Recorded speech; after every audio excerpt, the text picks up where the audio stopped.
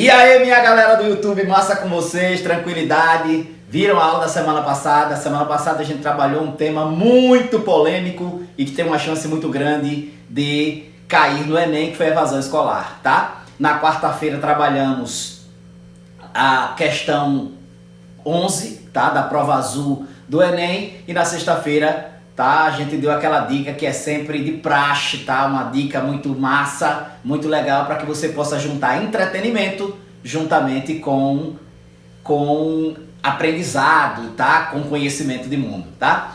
Hoje a gente também tem um tema muito massa para trabalhar aqui com vocês, tá? Um tema que tem uma chance muito grande de cair no Enem, tá? Que tem várias possibilidades, que tem várias vertentes e que tem uma chance muito grande de cair. Mas antes de falar do tema propriamente dito, eu quero, claro, particularmente, falar para você que você nos acompanhe nas outras redes sociais, nos acompanhe lá no Facebook, nos acompanhe no Instagram com dicas diárias, dicas de linguagem, dicas de literatura, dicas de como estudar, dicas do que estudar, tá? Dicas de um modo geral que tem a ver com a relação de linguagens, redação, literatura, artes e tudo aquilo que linguagens trabalha, beleza?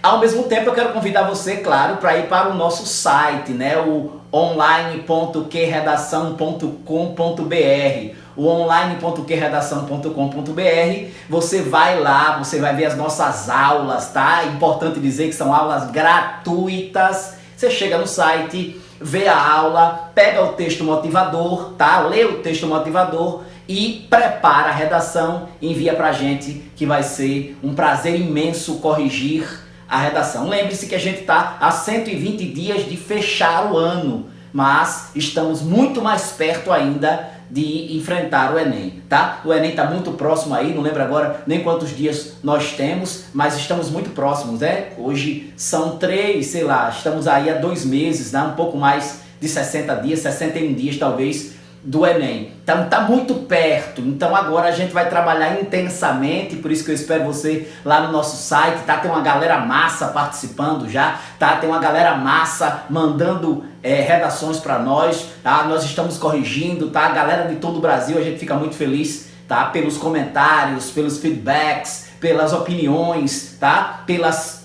críticas construtivas. De um modo geral, ficamos muito felizes, tá? Então um abraço para vocês aí em todo o Brasil, continue nos acompanhando, continue nos dando críticas construtivas, feedbacks positivos, negativos, tá? Nos ajude aí porque é muito importante. E hoje vamos trabalhar um tema massa demais, e um tema que tem uma grande possibilidade de cair no Enem 2019, se liga aí, a questão da educação no Brasil, tá? Educação à distância, educação e tecnologia.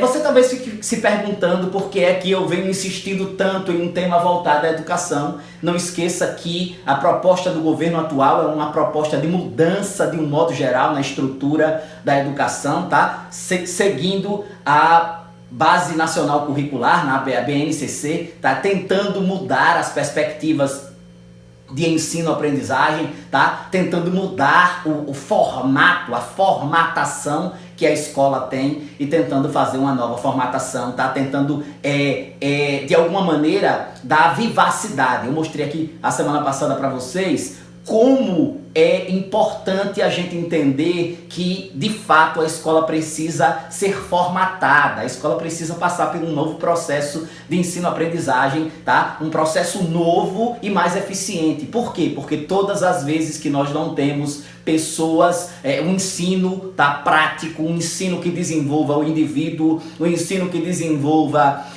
o indivíduo como cidadão e o ensino que desenvolva nele a criatividade e a praticidade, por sua vez, a criança ou adolescente acaba se desgostando da escola e saindo dela, tá? Não esqueça também que, dentre tantas outras propostas, eu trabalhei aqui inclusive no canal, o homeschool, né? O homeschool é justamente uma das propostas do governo Jair Bolsonaro, tá? Então perceba que a educação, ela é sempre tema, né? A educação é um esteio muito forte da sociedade, é uma coluna muito forte da sociedade, e como coluna muito forte, ela tem uma chance muito grande de ser trabalhada, tá?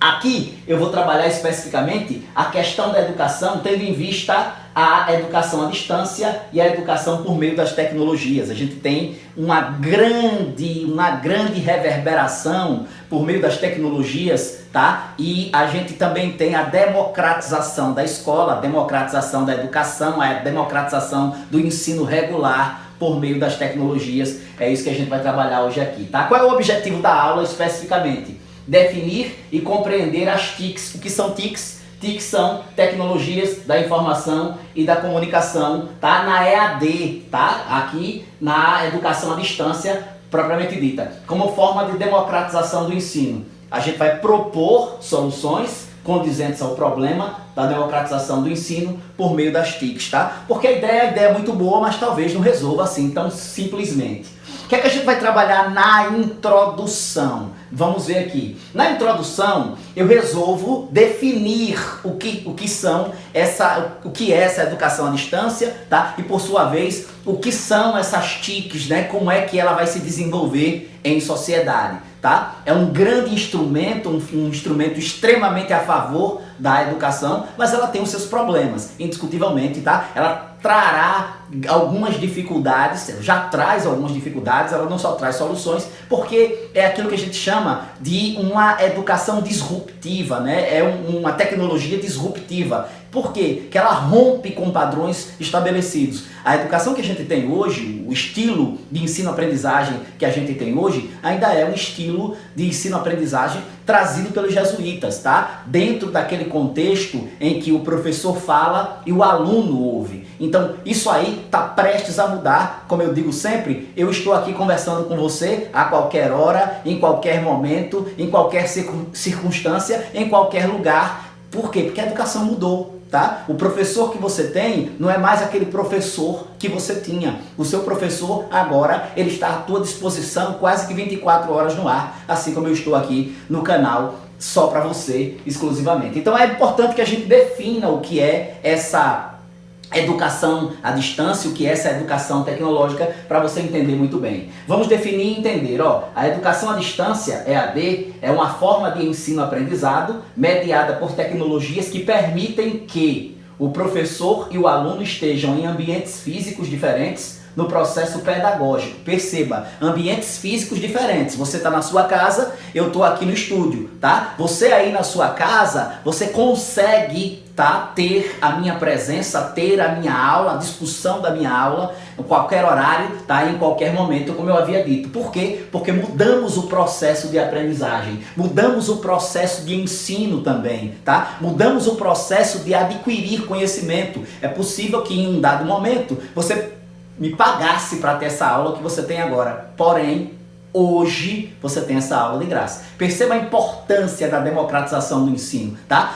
Perceba a abrangência dessa democratização do ensino por meio das TICs, das tecnologias da informação e da comunicação. Então veja, o professor estejam em ambientes físicos diferentes no processo pedagógico. Assim, relação entre aluno e professor ocorre com a ajuda de ferramentas online, que são disponibilizadas no portal das instituições de EAD ou da instituição de EAD escolhida, facilitando a vida daqueles que almejam o crescimento profissional ou mesmo o reposicionamento na carreira. Perceba a amplitude que a educação por meio da EAD, por meio das tecnologias da informação e da comunicação, tá? As possibilidades que elas te dão, tá? Por que elas te dão essas amplas possibilidades? Porque justamente você tem uma perspectiva dentro de um contexto desse, de um instrumento diferenciado para você poder ter acesso a essa informação e a democratização desse conhecimento, tá? Porque a internet, desde que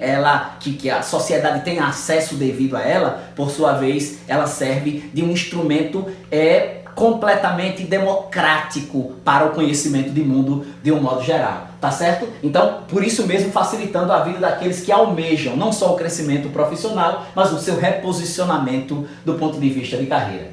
Quais as teses que a gente pode estabelecer aqui? Veja a perfeição da relação do problema, tá? Não esqueça, tese é uma fundamentação de um problema em base de causa ou em base de consequência. Isso que é tese. Então se ligue nessa tese aqui.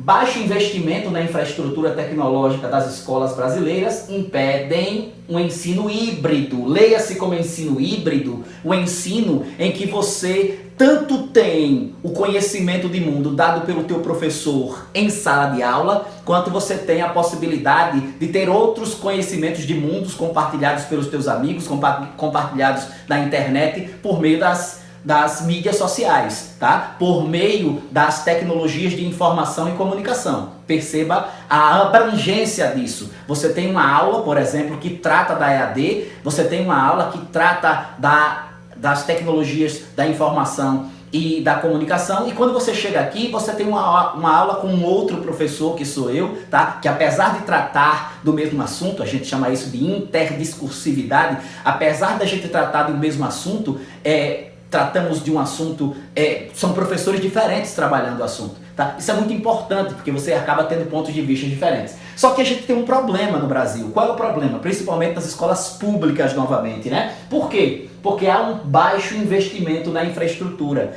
Leia-se, é necessário que se tenha não só uma internet que funcione. Primeiro, a internet precisa funcionar nas escolas, principalmente nas escolas públicas particularmente. Mas ela não precisa só funcionar, ela precisa funcionar, ela precisa ter, o indivíduo, o aluno, o professor, precisa ser treinado para que essa funcionalidade ela seja efetiva no ensino-aprendizagem, tá? É necessário também que não só tenha internet, não só o professor e o aluno sejam treinados para usar a internet como um benefício de desenvolvimento pedagógico da aula, mas também é necessário que há uma contínua, tá? Uma continuada busca por aperfeiçoamento, tá? De infraestrutura por parte do governo. É uma coisa que a gente percebe que não acontece muito, né? A escola pública falta cadeira, a escola pública falta quadro, a escola pública falta carteira.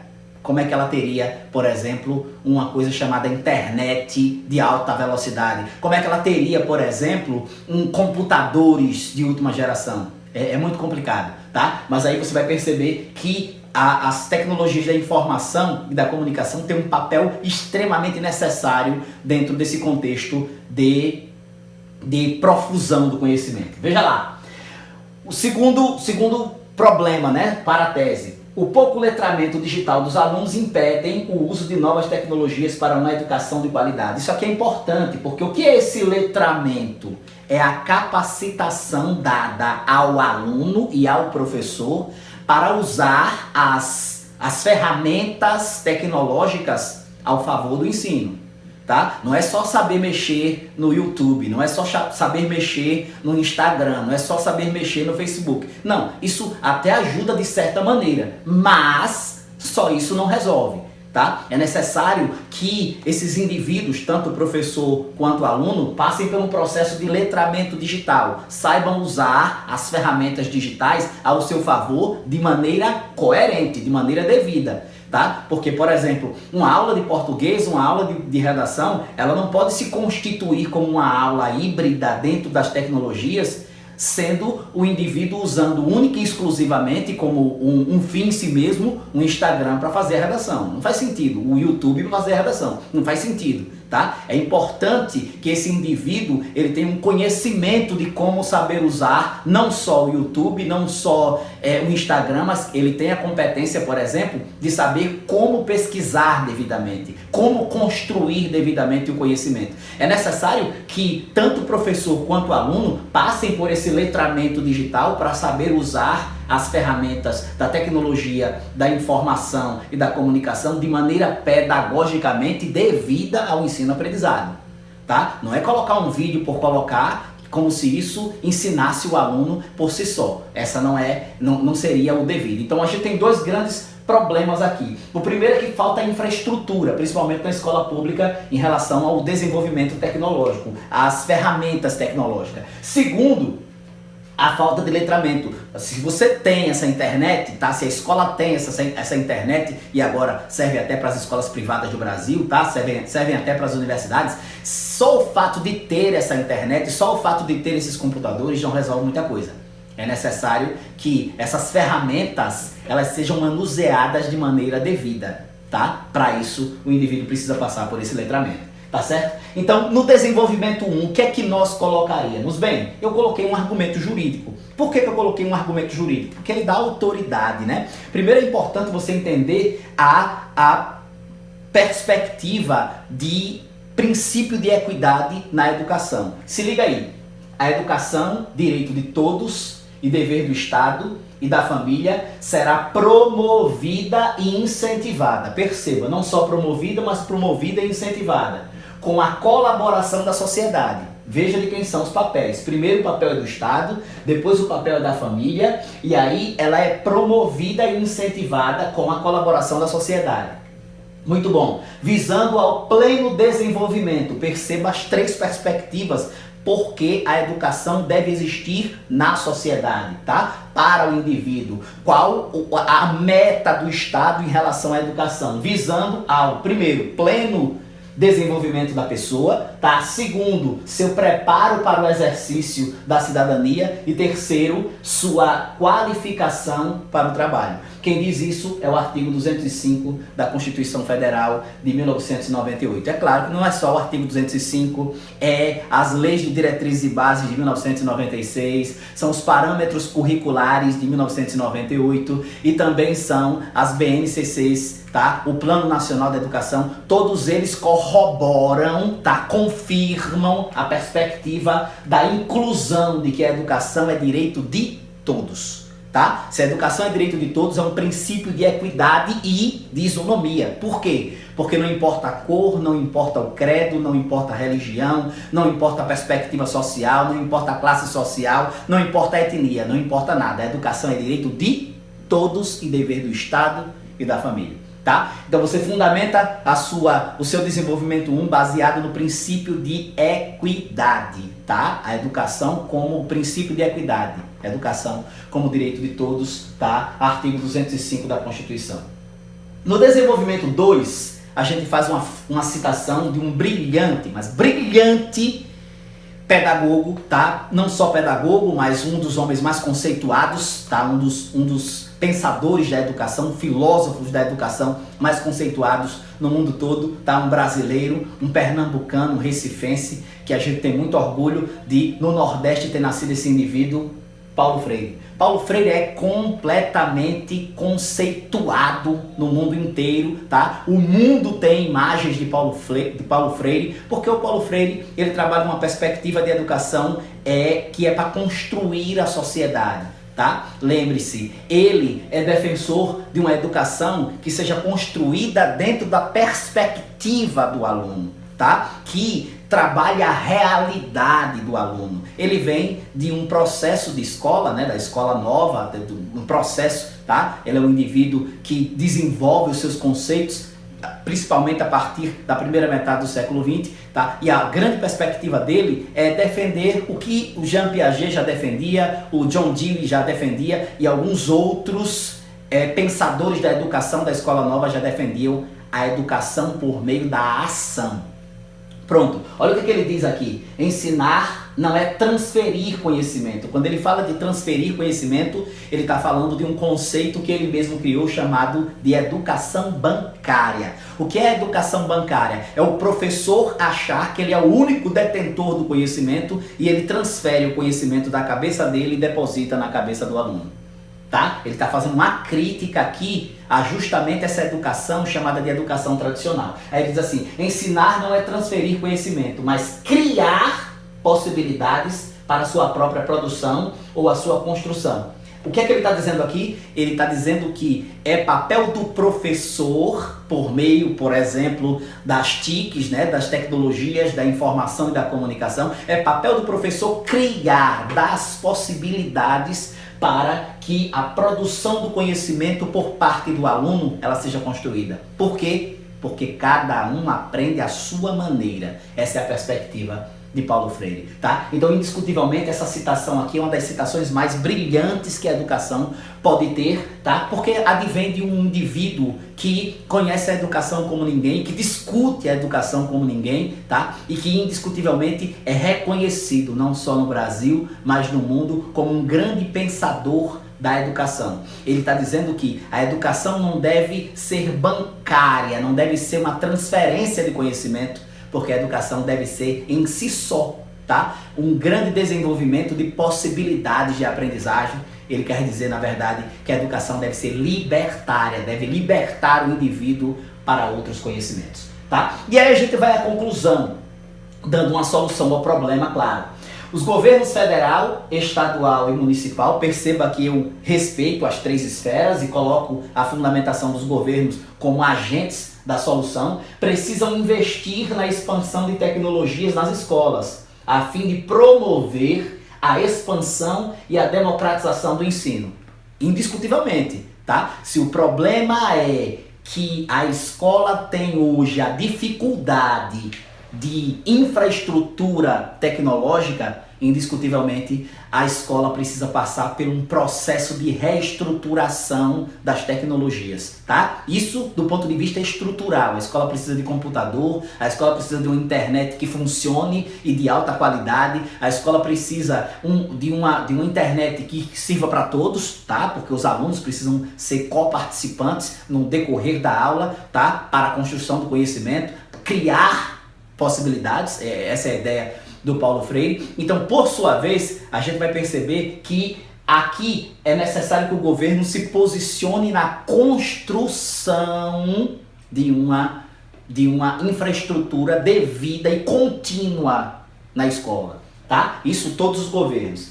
Outra coisa que é importante dizer, principalmente para lugares cujo acesso é remoto, como em tribos indígenas. Lembrando que essa ideia aqui é uma ideia de que se eu tenho uma tecnologia, se eu tenho a expansão da tecnologia por parte do governo, eu tenho a democratização da educação, eu tenho a democratização do ensino, eu dou outras possibilidades, eu dou outras ferramentas na leitura ali do Paulo Freire, tá? Além disso, é preciso que, uma vez tendo acesso às múltiplas formas de tecnologias, tanto professores quanto os alunos passem pelo processo de letramento digital para o uso de tecnologias digitais em sala de aula na busca por um ensino híbrido mais eficiente, tá bom? E esse letramento digital vai se dar de que maneira? Vai se dar por meio de cursos contínuos. O professor ele precisa aprender, inclusive na universidade, não só que existe uma internet ao seu favor, não só que existem ferramentas tecnológicas ao seu favor, é necessário que ele saiba como usá-los na aula. É extremamente importante ele usar dessas ferramentas para a construção de conhecimento de mundo, tá? Então, são soluções bastante cabíveis dentro de um contexto dessa problemática. E aí a gente tem um resumo, o que é que a gente vai tratar particularmente, o que é que a gente tratou aqui particularmente? Bom, o nosso tema é a questão da educação, tá? No Brasil, educação à distância, educação em tecnologias, o instrumento, o uso das tecnologias de um modo geral, chamada de TICs, né? Tecnologia da informação e da comunicação, para ampliar a democratização do ensino, tá? Na introdução eu dei uma definição do que é EAD, tá? Eu dei uma definição do que é EAD por meio das TICs, Tecnologia da Informação e da Comunicação. Eu fundamentei uma tese, tá? Eu disse 2 problemas: baixo investimento na infraestrutura tecnológica das escolas e pouco letramento digital, tanto quanto professor quanto para alunos. No desenvolvimento 1, fundamentei um argumento jurídico, usei o artigo 205 da Constituição, a educação é direito de todos e dever do Estado e da família, associada e incentivada pela sociedade, tá? Constituição dentro de um argumento jurídico, Constituição Federal de 1988, e fiz a citação do Paulo Freire, tá? Que tem aquele conceito magnífico de que a educação não deve ser bancária, a educação deve ser libertária, por isso mesmo Paulo Freire e a criação de possibilidades da aprendizagem. É necessário que o professor, mas não só o professor, a escola, os professores, bem como o próprio aluno, aprenda a construir seu conhecimento para que essa educação não seja, na leitura do próprio Paulo Freire, uma educação bancária, em que nós não sejamos unicamente externadores, tá, de informações. Esse não é o grande objetivo. Indiscutivelmente, precisamos entender, ou melhor, reinterpretar o papel do professor na escola, tá? Por quê? Porque entenda, quando a gente entende o nome professor, Se você olha no dicionário, o professor é aquele que professa, ele professava especificamente uma doutrina, uma crença. Hoje, o professor não deve ter mais, ainda que ele tenha, mas ele não deve ter mais o papel de professar nada. Ele deve ser um facilitador, um construtor de possibilidades para novos conhecimentos. Tá? E aí a gente vai às soluções, investir na expansão de tecnologias nas escolas, tá? A esfera dos 3 governos, e processar o letramento digital para o uso de tecnologias digitais, isso aqui dentro de um contexto de não só palestras, mas de cursos contínuos que capacitem tanto professores quanto alunos, tá? Então perceba a importância desse tema, perceba como esse tema ele é abrangente, porque eu usei aqui a educação do ponto de vista tecnológico, uma grande possibilidade de este ano cair um tema desse, tá? Por quê? Porque lembre-se, estamos passando por um momento de transformação da educação, e essa transformação da educação, ela tem um apelo muito grande na sociedade. Não sabemos de verdade para qual caminho estamos seguindo. Só sabemos que estamos seguindo para algum caminho, tá? Por quê? Porque a educação mudou, porque o professor precisa mudar, porque a escola precisa mudar, porque vivemos novos tempos, tá certo? Espero você nas nossas redes sociais, espero você aqui amanhã. A gente vai fazer o comentário de uma outra questão da prova azul do Enem. Espero você no Spotify, espero você no Twitter. Estamos no Twitter, tá? Dando dicas diárias, conhecimentos de mundo, atualidades, tá? Espero você lá no nosso site online.qredação.com.br. Espero você aqui na lista dos melhores. Espero você na nossa lista. Me bota na lista, mamãe.